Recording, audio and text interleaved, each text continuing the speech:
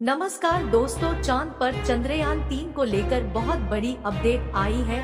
इसरो ने यह अपडेट जारी की है, जिसमें चांद पर मौजूद चंद्रयान 3 को लेकर बताया गया है कि इस समय चंद्रयान 3 चंद्रमा के दक्षिणी ध्रुव पर मौजूद है, जहां दोपहर का समय चल रहा है। सौर पैनल से विक्रम लैंडर की बैटरियां फुल चार्ज हो गई है। साथ ही सिग्नल गुणवत्ता में भी वृद्धि हुई है। कल के मुकाबले आज सिग्नल मजबूत दिखाई दे रहा है। देशवासियों को जल्दी ही खुशखबरी मिल सकती है।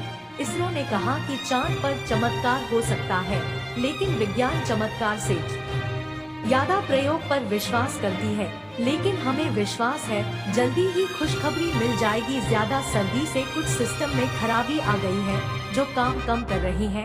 आपको बता दें कि इस समय एक प्रज्ञान रोवर का मूवमेंट किया हुआ वीडियो भी सामने आया है, जो सोशल मीडिया पर इस समय वायरल है। वो भी आपको दिखाएंगे। और चंद्रयान 3 को लेकर इसरो द्वारा अभी एक अपडेट दिया गया है। आपको बता दें, ताज और सटीक जानकारी के लिए चैनल को सब्सक्राइब कर बेल आइकॉन जरूर दबाएं। आपसे निवेदन है कि हमारे वैज्ञानिकों के लिए एक सुंदर सा कमेंट और एक लाइक जरूर करें। चलो आगे बढ़ते हैं। चंद्रमा के दक्षिणी ध्रुवीय क्षेत्र, जहां लैंडर और रोवर दोनों शिव शक्ति पॉइंट पर है, वहां सूर्य की रोशनी फिर से भरपूर आ रही है और उनके सौर पैनल से बैटरियां फुल चार्ज हो गई है। इसरो अब लैंडर और रोवर के साथ फिर से संपर्क स्थापित करने और इन्हें सक्रिय करने का पूरा प्रयास कर रहा है। इसरो चीफ एस सोमनाथ ने कहा था कि हमें परेशान होने की जरूरत नहीं है। विक्रम और प्रज्ञान में ऐसी तकनीक भेजी गई है कि जैसे ही वो पूरी तरह से सूरज की रोशनी से ऊर्जा हासिल कर लेंगे, वो खुद ब खुद जग जाएंगे, यानी ऑटोमेटिकली एक्टिव हो जाएंगे, जिसमें हमारा प्रज्ञान रोवर विक्रम लैंडर से पहले जागेगा। ये हमारी पूरी संभावना है, क्योंकि इसका हमने धरती पर टेस्ट कर लिया था और हमें पूरी उम्मीद है कि विक्रम भी जल्दी जाग जाएगा, क्योंकि विक्रम लैंडर से ही चंद्रयान 2 के ऑर्बिटर से संपर्क होकर हमारे पास सिग्नल पहुंचाता है। प्रजन हमें डायरेक्ट सिग्नल या कोई मैसेज नहीं भेजता है। प्रचार विक्रम लैंडर को ही बार बार सिग्नल कर रहा होगा। हमें बस उन पर नजर रखनी है। अगली बार अंधेरा होने से पहले शिव शक्ति पॉइंट से अच्छी खबर मिल जाएगी। इससे पहले आपको यह भी बता दें कि जो सोशल मीडिया पर प्रजा ने रोवर को लेकर वीडियो वायरल हो रहा है, वो आपकी स्क्रीन पर ये है, जिसमें प्रज्ञान रोवर को अपने स्लिप मोड स्थान से दाएं तरफ जला हुआ दिखाई दे रहा है। वह विक्रम लैंडर से संपर्क करने की कोशिश कर रहा है। हो सकता है प्रज्ञान विक्रम लैंडर की ओर जाने की कोशिश में हुई इस वीडियो के माध्यम से यही लग रहा है। क्या आपको पता है कि चांद के दक्षिणी ध्रुव पर खौफनाक होती है रातें, जहां जमकर सर्दी होती है, पारा माइनस में होता है। पहली बार है जब कोई मिशन चांद के दक्षिणी ध्रुव पर उतरा है। दरअसल चांद का दक्षिणी ध्रुव ज्यादा ठंडा रहता है और यहाँ की रातें बेहद खौफनाक होती है। इंसान तो किसी हालत में यहाँ सरवाइव ही नहीं कर सकता, इसीलिए अब तक के सारे मिशन उत्तरी ध्रुव पर ही गए हैं। इसरो को भी इस बात का अंदाजा था कि चांद की खौफनाक रात झेलने के बाद प्रज्ञान और विक्रम को जगाना इतना आसान नहीं होगा, लेकिन इसरो को उम्मीद भी है कि चंद्रयान उनकी बात रखेगा। आपको बता दें कि 23 अगस्त के दिन चांद पर सॉफ्ट लैंडिंग करके विक्रम लैंडर ने इतिहास रच दिया, जिसके बाद 14 दिनों के रिसर्च में लैंडर, विक्रम और प्रज्ञान रोवर ने हमारी उम्मीद से ज्यादा काम कर दिखाया, जिससे पूरी दुनिया में भारत का डंका बजने लगा था। लेकिन फिर भी चांद पर पानी की खोज नहीं हो पाई थी। इसी बीच इसरो के वैज्ञानिकों के दिमाग में एक आइडिया आया और उन्होंने देशवासियों के सामने यह उम्मीद दिखाई थी कि 4 सितंबर को चांद पर रात होने से पहले हम विक्रम और प्रज्ञान को सुला तो जरूर देंगे। लेकिन जैसे ही 22 सितंबर के दिन चांद पर दूसरी सुबह होगी, तभी ये दोनों नींद से एक बार फिर से जाग सकते हैं और अपने रिसर्च में को कंटिन्यू कर सकते हैं। इस समय चंद्रयान 3 का विक्रम लैंडर उसी स्थान पर मौजूद है और उसके सारे सिस्टम एक्टिवेट हो चुके हैं। विक्रम लैंडर से संपर्क स्थापित करने के लिए इसरो ने भारत की सहयोगी यूरोपीय एजेंसी का सहारा लिया। सभी भारतीय बेसब्री से विक्रम लैंडर के जागने का इंतजार कर रहे थे और जागने की खबर ना सुनकर उनके चेहरे पर मायूसी छा गई थी। लेकिन मुझे यकीन है कि इस खबर को पूरा सुनने के बाद आपके चेहरे पर मुस्कुराहट आ जाएगी। इस वीडियो में हम चंद्रयान के बारे में बिल्कुल सटीक जानकारियाँ देने वाले हैं।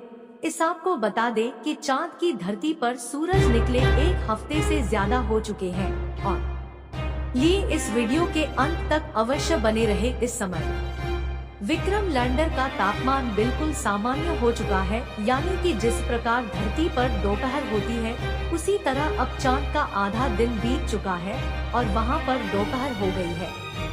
विक्रम लैंडर का तापमान अब उतना हो गया है जितना तापमान उसका चांद पर लैंडिंग के समय था। आसान शब्दों में कहें तो इस समय विक्रम लैंडर का तापमान इतना सामान्य हो गया है कि वह अब अपने एक्सपेरिमेंट को शुरू कर सकता है।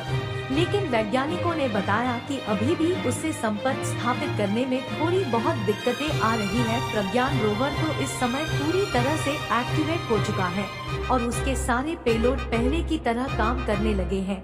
लेकिन दिक्कत की बात यह है कि जब तक विक्रम लैंडर से पूरी तरह से संपर्क स्थापित नहीं हो जाता तब तक प्रज्ञान रोवर के एक्सपेरिमेंट को शुरू नहीं किया जा सकता, क्योंकि प्रज्ञान रोवर से डायरेक्ट संपर्क करने की तकनीक वैज्ञानिकों ने नहीं लगाई है। जब भी प्रज्ञान रोवर से संपर्क किया जाता है तो पहले विक्रम लैंडर के पास सिग्नल भेजा जाता है।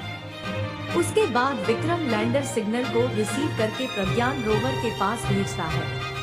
चांद की सतह पर 23 अगस्त के दिन विक्रम लैंडर ने लैंडिंग की। इसके बाद उन्हें 14 दिनों तक एक्सपेरिमेंट करना था, लेकिन विक्रम और प्रज्ञान ने केवल 12 दिनों तक ही चांद की सतह पर एक्सपेरिमेंट को किया था और 4 सितंबर के दिन वैज्ञानिकों ने प्रज्ञान रोवर और विक्रम लैंडर को स्लीप मोड में डाल दिया था। लेकिन इसी दौरान विक्रम लैंडर और प्रज्ञान रोवर ने कुछ ऐसे तत्वों की खोज की थी जिसे चांद पर पहले नहीं खोजा गया था। प्रज्ञान रोवर ने चांद की सतह पर ऑक्सीजन जैसे बहुमूल्य की हो मिट्टी में बहुत बड़ी खबर विक्रम लैंडर ने चांद पर तापमान भी रिकॉर्ड करके वैज्ञानिकों तक भेजा।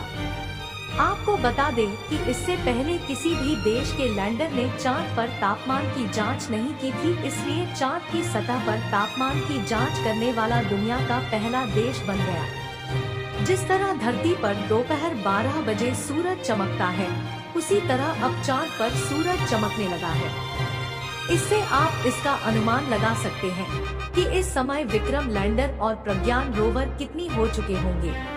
प्रज्ञान रोवर इस समय पूरी तरह से एक्टिव। दोस्तों, वैसे तो भारत ने चंद्रयान 3 को चांद की सतह पर सफलतापूर्वक उतारने के साथ ही पूरी दुनिया के आगे एक ऐसा काम कर दिया था जिसके करने के लिए दुनिया को अगले 10 सालों की जरूरत होने वाली है। दुनिया का तमाम देश ऐसा करने के लिए लगभग 10 सालों तक अभी और कड़ी मेहनत से गुजरने वाला है। तब जाकर के हो सकता है चांद के उस फार साइड ऑफ मून कहे जाने वाले सबसे रहस्यमयी या फिर सबसे खतरनाक क्षेत्र में उतरने की हिम्मत जुटा सकते हैं। जी हाँ दोस्तों, ऐसा मैं इसलिए नहीं कह रहा क्योंकि हम ऐसा कर चुके हैं, बल्कि ऐसा इसलिए कह रहा हूँ क्योंकि चांद की सतह पर यानी कि हमारे अंतरिक्ष में और धरती से बाहर जितने भी ग्रह हैं उनमें कब क्या होने वाला है ऐसा किसी भी वैज्ञानिक को सटीकता से नहीं पता होता है। यहाँ तक कि चांद भी कितना रहस्यमयी है, चांद पे ऐसी क्या क्या चीजें हैं ऐसा किसी को भी अब तक मालूम नहीं था। और इसी वजह से चांद की सतह पर उतरने की हिम्मत तो जुटा पाना दूर, यहाँ पर जाने की कोई सोचता भी नहीं था। लेकिन इन सभी चीजों के बाद अब इसरो ने चांद की सतह पर हमारे लैंडर और रोवर को दोबारा एक्टिव करने के साथ ही